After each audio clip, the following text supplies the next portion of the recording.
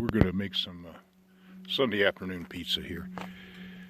I got a 12-inch pizza pan and spread out some pizza dough and some sauce. And we got little elk burger meatballs in this one, some green chilies, red peppers, a sweet onion, a little bit of Parmesan cheese, and then a bunch of mozzarella and provolone cheese, some salt and pepper. So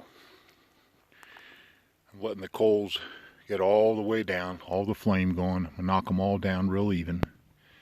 Then I'm going to put the skillet on and that little round ring I have to hold the pan up off the bottom. Okay, the fire is just about ready. I got one chunk of wood down there though that's a little bigger than the other stuff I put in there, and I'm going to flip that over into the other pit because that'll either make a hot spot or a cold spot.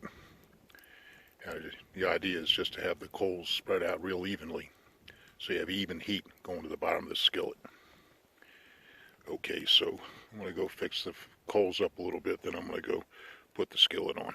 Okay, I got the coals right, I got the skillet on, and I got my little round grate that I set in there to hold everything up off the bottom. I'm going to put the lid on it and let this thing get warm for about 15 minutes, and then I'm going to put the pizza on. If you don't pre-warm the whole skillet and lid, what'll happen is you put the pizza in there and the top is not so hot, and it could cook too much on the bottom. So we try to get the skillet so the lid and the bottom are pretty much the same temperature before we put the pizza in. Okay, I just did my little test. I dropped a little shortening on top of the skillet lid and it melted right away and sizzled, so it's warm enough to put the pizza in there. So what I'm going to do is take the skillet off, set it over in here, or the lid off, and put it over on one of the trivets, and then put the pizza in.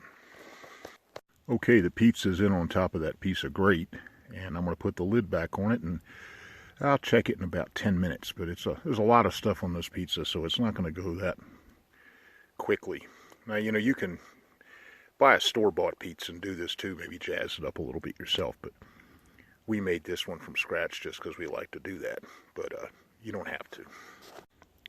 Here's another tool I made for working on this skillet. It's like a fishtail, and it's concaved on the face and curved on the outside, and I've got a leather handle on it that's wax, so it's real durable, and it'll help me scoop up fajitas, but also help me pick up this pie or tortillas or anything like that.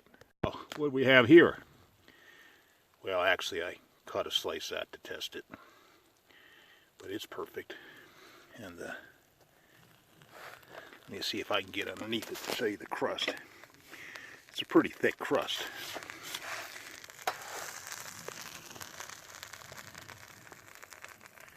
There we go. Yeah, well, if you like it a little charred, well, you just let it stay on for another 5 or 10 minutes, but the veggies are cooked, the cheese is all melted, so I say we're going to call it a wrap. Thanks very much for watching.